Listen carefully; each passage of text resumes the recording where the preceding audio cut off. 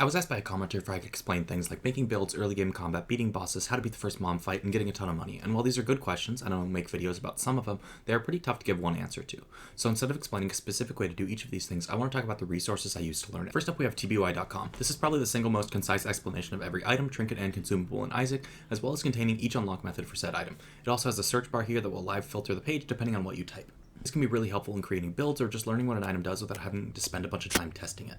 Next up, we have Binding of Isaac Rebirth.fandom.com. This is a great resource for filling in the gaps between TBUI.com and the rest of the game. It has descriptions of things like challenges, characters, transformations, rooms, bosses, objects, and more, but it's important to note that because this is a fan-managed page, you should try to take information from it with a grain of salt.